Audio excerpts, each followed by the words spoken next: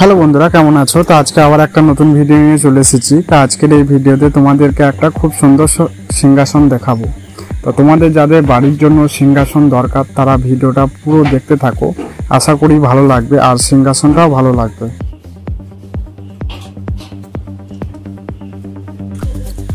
তো এখানে দেখতে পাচ্ছ মিস্ত্রি রং করতে শুরু করে দিয়েছে, আর এটা প্রথম গালা কোট দেওয়া আছে।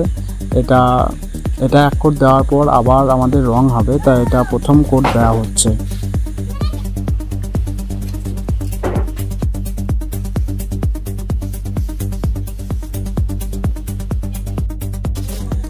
এখানে এক কোট দেওয়ার পর ঠিকঠাকভাবে ঘষে নিতে হবে, তাহলে কি হয় পালিশটা আরও ভালো হয়। সেজন্য মিস্ত্রি এখানে ঘষতে শুরু করছে। আর এই ঘষাটা যদি না হয় তাহলে কালার ঠিকঠাক ধরে না এবং পালিশটা ঠিকভাবে আসে না, তাই এটা প্রথমে ঘষে নেওয়া হচ্ছে।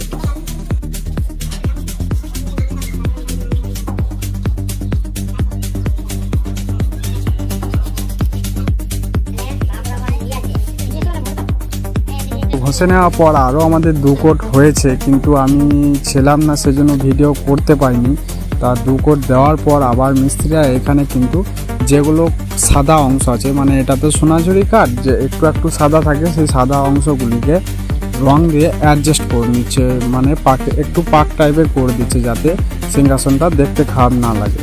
তাই এখানে দুটো মিস্ত্রি লেগেছে অ্যাডজাস্ট করতে। অ্যাডজাস্ট করার পর আবার আমরা গালা দেবো।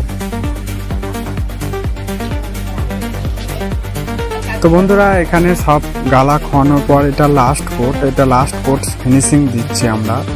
তা দেখো তোমরা এটা ফিনিশিংটা কেমন এসেছে।